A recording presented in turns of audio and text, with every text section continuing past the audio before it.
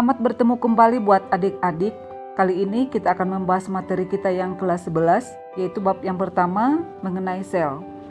Mari kita perhatikan kedua gambar berikut ini.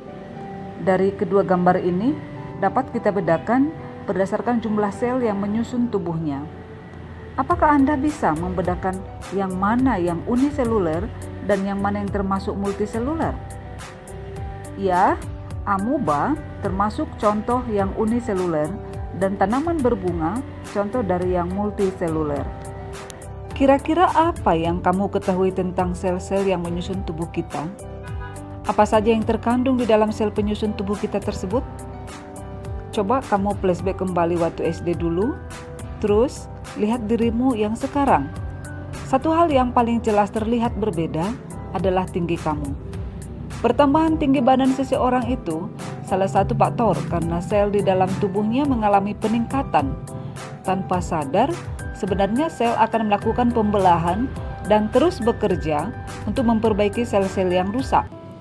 Secara kasat mata, kita tidak bisa melihat mereka bekerja karena sel itu adalah unit terkecil penyusun tubuh makhluk hidup.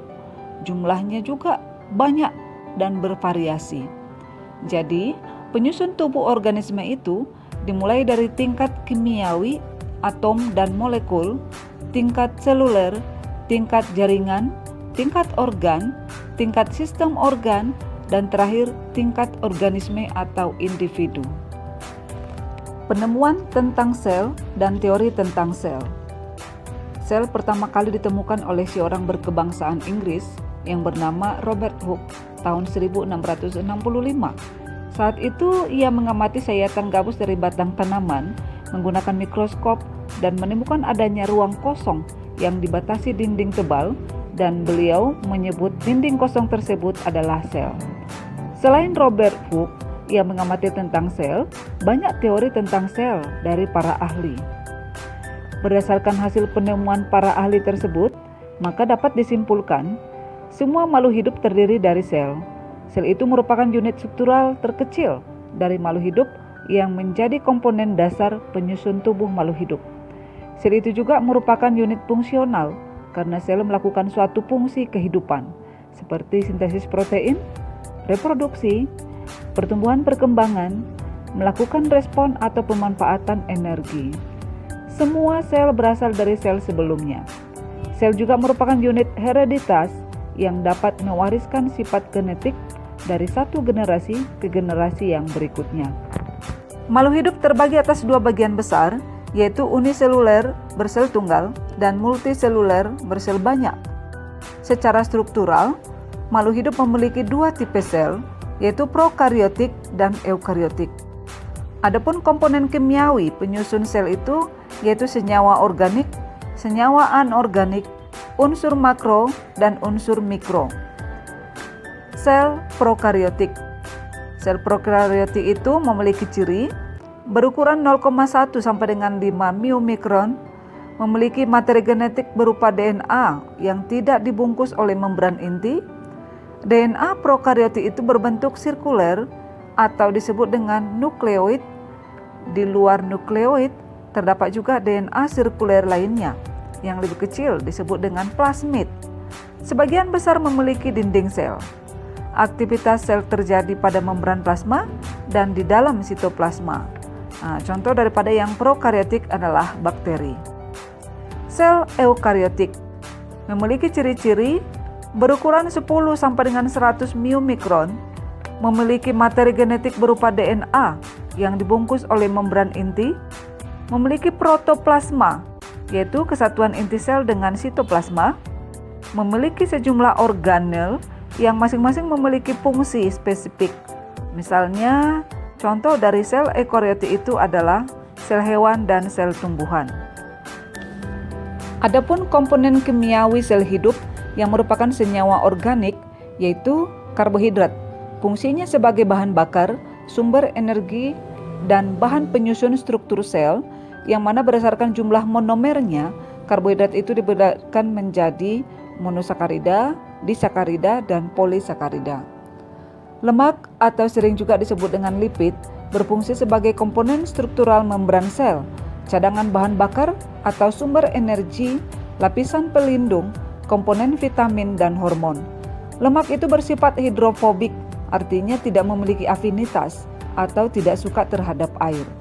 Lemak itu dibedakan menjadi 3 jenis, yaitu lemak sederhana, lemak gabungan, dan turunan lemak. Protein itu berfungsi sebagai dukungan struktural, penyimpanan, pergerakan, transport substansi tertentu, pengiriman sinyal, enzim, dan pertahanan untuk melawan substansi asing. Protein dibedakan menjadi protein sederhana, protein kompleks, enzim, dan hormon. Asam nukleat itu berfungsi sebagai tempat penyimpanan sifat individu yang diwariskan, penyimpanan energi, dan koenzim.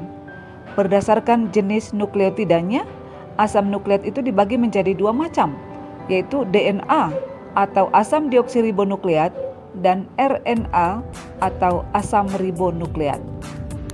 Untuk mengetahui perbedaan sel prokariotik dan eukariotik, boleh kita lihat pada tabel berikut ini. Struktur sel dan fungsinya. Yang pertama, struktur sel pada hewan. Tersusun atas protoplasma, yaitu bahan hidup di dalam sel yang berupa cairan koloid, campuran majemuk protein, lemak, dan bahan organik lainnya. Protoplasma terdiri dari 3 bagian besar, yaitu membran sel atau membran plasma, inti sel atau nukleus, dan sitoplasma. Sekarang kita masuk ke bagian yang pertama, membran sel. Boleh kita lihat gambar struktur membran sel yang ada di bawah ini. Membran sel itu atau membran plasma itu merupakan lapisan tipis dengan ketebalan 8 nanometer yang membatasi isi sel dengan lingkungan sekitarnya. Membran sel bersifat selektif permeabel atau semi permeabel. Kenapa? Karena hanya dapat dilewati oleh ion, molekul, senyawa-senyawa tertentu. Membran sel ini atau membran plasma ini tersusun dari bahan lipid atau fosfolipid, protein, dan karbohidrat. Lapisan membran sel disebut juga dengan lapisan lipoprotein, yang mana terdiri dari protein, lemak, dan protein. Fungsi membran sel sebagai pelindung sel, pengatur transportasi molekul, reseptor, memelihara perbedaan pokok antara isi sel dengan lingkungannya. Inti sel atau nukleus merupakan bagian yang paling penting bagi sel. Di dalam nukleus terdapat nukleoplasma atau plasma inti dan anak inti atau nukleolus, dan juga terdapat di dalamnya itu materi genetik berupa benang-benang kromatin. Fungsi inti sel atau nukleus mengatur, mengontrol seluruh aktivitas sel dan pewarisan faktor keturunan. Fungsi anak inti sel atau nukleolus mensintesis berbagai macam molekul RNA, khususnya pembentukan rRNA. Sitoplasma adalah cairan sel yang terletak di dalam sel, di luar inti sel, dan organel sel. Berbentuk cairan koloid yang homogen, jernih, serta mengandung nutrien-nutrien, ion-ion, garam, dan molekul organik. Sitoplasma berfungsi sebagai bagian daripada sel yang hidup yang terdapat di luar inti sel. Tempat terjadinya sebagian besar aktivitas sel, terdapat organel-organel sel, terdapat pigmen dan cadangan makanan. Adapun organel-organel yang terdapat di dalam sitoplasma yaitu mitokondria, retikulum endoplasma, ribosom, aparatus Golgi atau badan Golgi, lisosom, peroksisom, sitoskeleton, dan sentriol. Mitokondria merupakan organel berbentuk silinder dengan panjang 1 sampai dengan 10 miomikron dan dilapisi oleh 2 membran, yaitu membran luar dan membran dalam. Membran dalam yaitu yang berlekuk-lekuk yang disebut dengan krista. Fungsi mitokondria sebagai pusat respirasi sel dan penghasil energi terbesar di dalam sel, sehingga sering juga disebut the power of house. Yang kedua itu retikulum endoplasma, merupakan membran berbentuk labirin yang berhubungan dengan selubung inti sel. Retikulum endoplasma dibedakan menjadi 2, yaitu retikulum endoplasma halus, tidak bergranula atau tidak ditempelin oleh ribosom yang berfungsi sebagai mensintesis molekul lemak atau lipid, fosfolipid, dan steroid. Yang kedua, retikulum endoplasma kasar, yaitu yang bergranula atau mengandung ribosom. Fungsinya menampung protein yang dibuat oleh ribosom. Yang berikutnya ribosom, berbentuk butiran-butiran kecil dengan diameter 20-22 nanometer, fungsinya sebagai tempat sintesis protein di dalam sel. Aparatus Golgi atau badan Golgi terdiri dari tumpukan kantung-kantung pipih sisterna yang mana fungsinya sebagai alat pengeluaran atau sekresi protein dan lendir. Yang berikutnya lisosom merupakan organel kecil yang berdiameter 0,1 μ berbentuk seperti kantung atau vesikel yang diselubungi oleh membran tunggal. Fungsinya mencerna bakteri atau organel-organel sel yang telah rusak atau yang sudah tua. Caranya dengan fagositosis atau menelan dan mencerna partikel yang lebih kecil, autofag yaitu menelan dan mendaur ulang organel yang rusak, autolisis yaitu dengan cara perusakan sel sendiri dengan cara membebaskan semua isi lisosom. Yang berikut peroksisom, yaitu merupakan organel-organel yang menyerupai kantung berbentuk agak bulat yang mengandung butiran kristal dan diselubungi oleh membran tunggal. Peroksisom itu mirip dengan lisosom, tapi ukurannya lebih kecil. Fungsi peroksisom menguraikan hidrogen peroksida menjadi air dan oksigen. Hidrogen peroksida ini dihasilkan dari proses respirasi sel, yaitu yang bersifat racun dan dapat merusak sel. Yang berikutnya sitoskeleton, yaitu merupakan kerangka sel yang kuat dan lentur berupa jalinan serabut yang tersebar di seluruh sitoplasma. Berdasarkan ukurannya, sitoskeleton itu dibedakan menjadi mikrofilamen, mikrotubula, filamen antara atau filamen intermediate. Fungsinya penyokong sel, mempertahankan bentuk sel, tempat terjadinya perubahan bentuk sel, dan gerak keseluruhan sel atau organ di dalam sel. Yang berikutnya sentriol. Di dalam sentrosom terdapat satu pasang sentriol atau dua buah sentriol. Hanya ditemukan pada sel hewan, yang mana pada saat pembelahan sel, kedua sentriol tersebut akan memisah ke arah kutub yang berlawanan dan berkembang menjadi benang-benang gelendong atau benang spindel. Fungsinya pada saat terjadinya pembelahan sel, yaitu pada saat pergerakan kromosom dan kromatid. Sekarang kita lanjutkan ke struktur sel tumbuhan. Struktur sel tumbuhan itu mirip dengan sel hewan, hanya pada sel tumbuhan terdapat beberapa bagian sel yang tidak dimiliki oleh sel hewan, yaitu dinding sel, plastida, dan vakuola. Dinding sel terdapat pada sel tumbuhan, pada jamur, dan pada alga atau ganggang. Pada dinding sel terdapat noktah atau bagian dinding yang tidak menebal sehingga memungkinkan terjadinya hubungan antara plasma sel yang berbentuk juluran disebut dengan plasmodesmata. Dinding sel terdiri dari 3 lapis. Lapisan yang pertama, dinding primer, dinding sekunder, dan lamela tengah. Fungsinya memberi bentuk sel, melindungi bagian dalam sel, dan membantu pergerakan air dari luar ke dalam sel. Yang berikutnya plastida. Plastida itu adalah organel penyimpanan materi yang diselubungi oleh membran ganda. Antara membran dalam dan membran luar dipisahkan oleh ruangan sempit intermembran. Plastida itu hanya terdapat pada tumbuhan dan alga atau ganggang. Plastida dibedakan menjadi 3 macam, yaitu leukoplast, chromoplast, dan chloroplast. Leukoplast itu dibedakan lagi menjadi beberapa bagian, yaitu amyloplast menyimpan amilum, elaioplast menyimpan lemak atau minyak, dan aleuroplast atau proteoplast menyimpan protein. Vakuola. Vakuola itu adalah organel berbentuk vesikula besar yang berisi cairan dan diselubungi oleh membran tunggal. Pada sel tumbuhan, vakuola itu dibatasi oleh membran tonoplas. Vakuola sel tumbuhan itu dapat berfungsi sebagai lisosom. Vakuola akan berukuran semakin besar seiring dengan bertambahnya umur sel pada tumbuhan tersebut. Pada vakuola terdapat cairan sel yang mengandung gas, garam, minyak, gula, asam organik, dan antosianin. Fungsi vakuola itu bersama dengan dinding sel di dalam mengatur tekanan turgor. Perbedaan antara sel hewan dan sel tumbuhan yaitu berdasarkan yang pertama, bentuk luar atau morfologi. Yang kedua, kegiatan fal atau fisiologi. Yang ketiga, berdasarkan reproduksinya.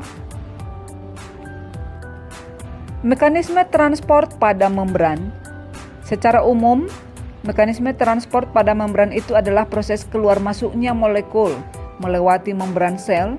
Berbagai macam molekul seperti glukosa, oksigen, karbon dioksida harus melewati membran sel untuk keluar atau untuk masuk ke dalam sel dalam proses metabolisme. Metabolisme sendiri itu merupakan aktivitas untuk memenuhi kebutuhan energi yang diperlukan untuk hidup. Adapun transport pada membran ini memiliki banyak manfaat, di antaranya menjaga kestabilan pH, menjaga konsentrasi zat di dalam sel, memperoleh pasokan zat makanan dan bahan energi, membuang sisa metabolisme yang beracun, serta memasok ion-ion penting ke dalam sel. Pergerakan zat melintasi membran dikelompokkan menjadi dua kelompok, yaitu transport pasif dan transport aktif. Transport pasif itu merupakan transportasi sel yang dilakukan melalui membran tanpa membutuhkan energi. Transport ini terjadi karena adanya perbedaan konsentrasi antara zat yang berada di dalam sel dengan zat yang berada di luar sel. Transport pasif itu meliputi difusi, yaitu proses pergerakan partikel-partikel atau molekul ataupun ion dari larutan yang konsentrasi tinggi ke larutan yang konsentrasinya rendah. Faktor yang mempengaruhi proses difusi itu di dalamnya ada suhu, konsentrasi, ukuran molekul, media, dan luas permukaan. Contoh peristiwa difusi itu boleh kita lihat jika kita membuka botol minyak wangi atau parfum, molekul gas parfum akan segera menyebar di dalam ruangan dan masuk ke dalam sel-sel sensorik pada hidung sehingga kita akan mencium aromanya.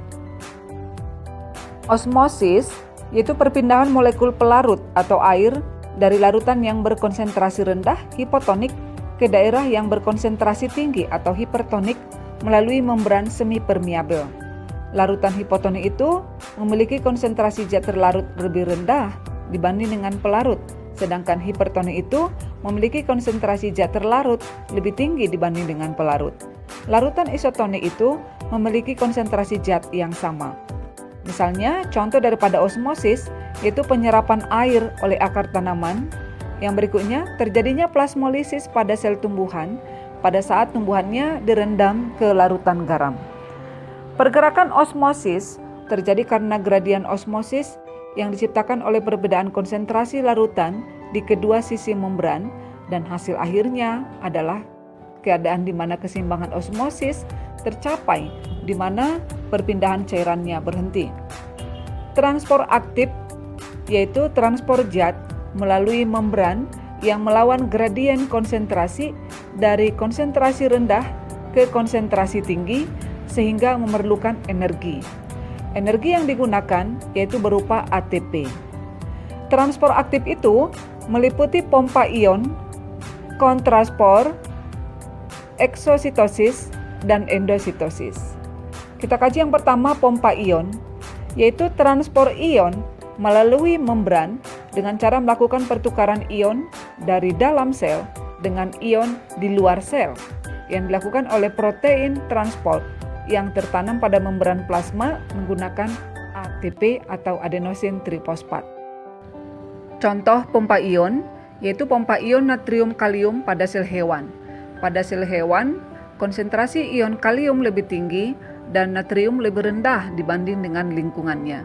Membran sel hewan mempertahankan konsentrasi ion dengan melawan gradien konsentrasi, yaitu dengan memompa ion natrium keluar dan kalium masuk ke dalam sel.